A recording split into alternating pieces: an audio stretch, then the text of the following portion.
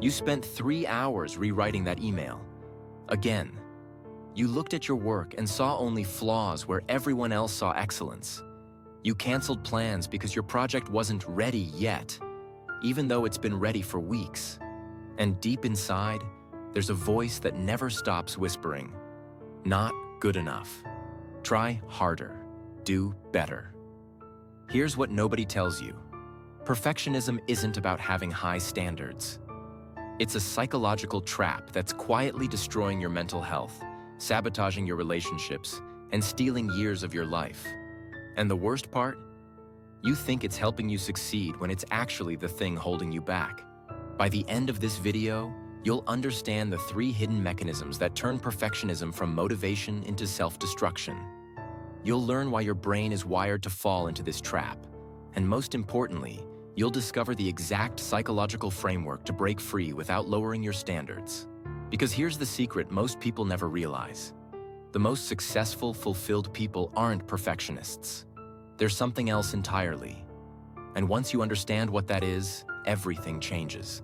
What you don't realize is that perfectionism isn't actually about perfection. It's about fear. Fear of being exposed, fear of being judged, fear of not being enough. Psychologists call this performance-based self-worth, and it's one of the most destructive patterns the human mind can develop. You've tied your entire sense of value to never making mistakes. And that's not ambition, that's survival mode. Here are the 3 psychological weapons perfectionism uses against you. First, the never-finished trap that keeps you stuck in endless cycles of revision. Second, the comparison illusion that makes you measure yourself against everyone else's highlight reel. And third, the hidden shame spiral that turns every small mistake into evidence of your unworthiness. These aren't just bad habits. They're neurological patterns that reshape how your brain processes success and failure. And they're more common than you think. Let's start with what perfectionism actually is. In psychology, it's defined as setting impossibly high standards and judging yourself harshly when you inevitably fall short. But here's the critical part. Research from York University showed that perfectionism has increased by 33% among young people over the last 30 years. Why?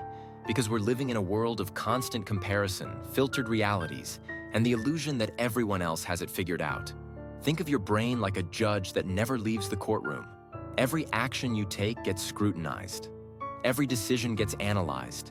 Every outcome gets measured against an impossible standard. And when you fall short, which you always will because the standard is impossible, the gavel comes down. Guilty. Not good enough. Try again. Dr. Brené Brown, one of the world's leading researchers on shame and vulnerability, puts it perfectly. Perfectionism is not about achievement. It's about fear of failure, fear of judgment, and fear of not being enough. Now let's break down how this actually works inside your mind. The first mechanism is the revision loop. Here's what happens. You create something. Your brain immediately scans for flaws. It finds them because nothing is perfect. Then it tells you to fix them. You fix them. But now your brain has higher standards because you improved it. So it finds new flaws. And the cycle never ends. This isn't about quality control. This is anxiety disguised as ambition. Neuroscientists have found that perfectionists have overactive error detection systems in their prefrontal cortex. Your brain is literally wired to find problems. So you'll rewrite that presentation 7 times. You'll redo that design until 3 a.m. You'll never feel like your work is done because your brain won't let you feel satisfied. And here's the painful truth. The final version is usually no better than version 2. You just exhausted yourself chasing a feeling that perfectionism will never let you have. The second weapon is toxic comparison. You scroll through social media and see everyone's polished achievements, your colleague's promotion, your friend's perfect relationship, that influencer's flawless life. And your brain whispers, "Why aren't you there yet?" But here's what you're missing. You're comparing your behind-the-scenes chaos to everyone else's highlight reel. Research from the University of Pennsylvania found that perfectionists spend 40% more time on social media and report significantly higher levels of anxiety and depression. Because every scroll becomes evidence that you're failing. Your friend posted about their new job, so your job must not be good enough. Someone shared their workout progress, so your body must not be good enough. Every external achievement becomes a mirror showing you what you lack. But comparison is a rigged game. There's always someone ahead, always someone doing more, always someone who looks like they have it together. And the more you compare, the smaller you feel. The third mechanism is the shame spiral. Here's how it works. You make a mistake, a normal human mistake. You sent an email with a typo. You stumbled over your words in a meeting. You forgot someone's name. For most people, this is just life. But for perfectionists, it's catastrophic. Your brain doesn't just register the mistake, it builds a case against you. This proves you're incompetent. This proves you're not smart enough. This proves everyone was right to doubt you. Dr. Kristen Neff's research on self-compassion shows that perfectionists experience shame at 3 times the rate of non-perfectionists. Because you don't just make mistakes, you become the mistake. And once shame takes root, it spreads. You start avoiding situations where you might fail. You procrastinate on projects because starting means risking imperfection. You turn down opportunities because I'm not ready yet. And you withdraw from people because if they really knew you, they'd see all your flaws. Let me tell you about Sarah, a graphic designer I spoke with. She spent 2 years working on her portfolio. 2 years. Every time she was about to launch it, she'd find something wrong. The colors weren't quite right. The layout could be better. One more project would make it complete.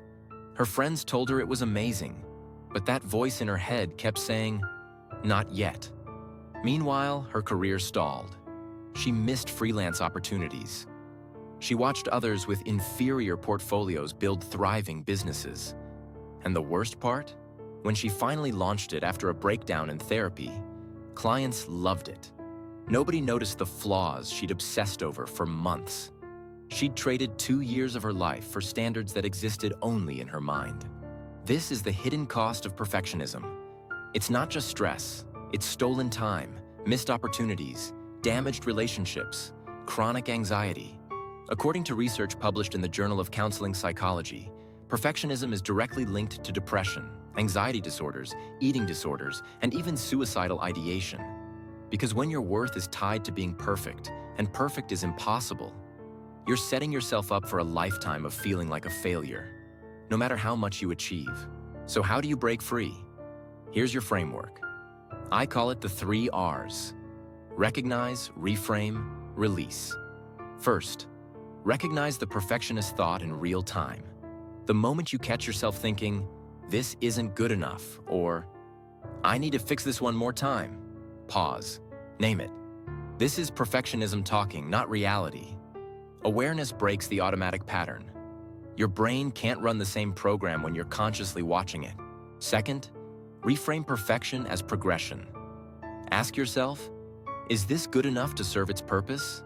Not, is this perfect? But does this work?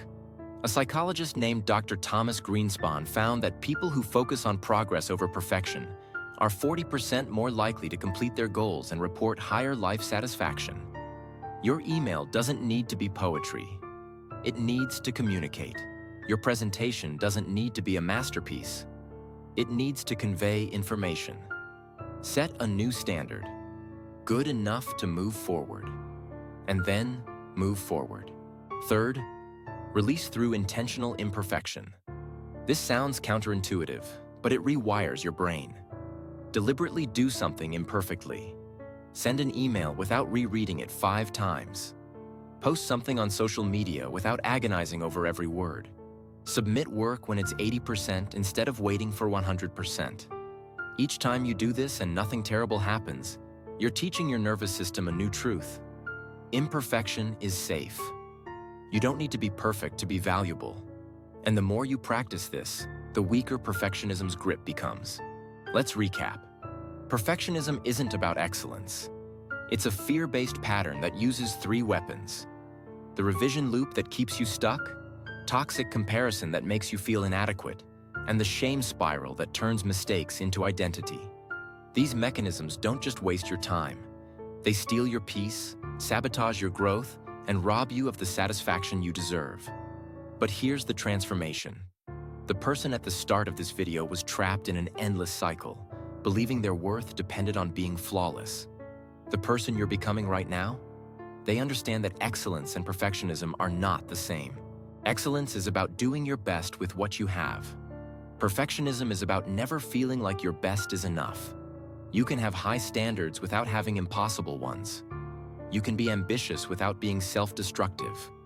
You can create amazing things while still being human. If you want to understand more about the hidden forces shaping your mind, subscribe now for a new psychological insight every week. Because awareness is the first step to freedom. And every video on this channel is designed to give you one more tool to reclaim your mental peace. Now, in the comments, tell me, which perfectionist trap do you recognize most in your own life?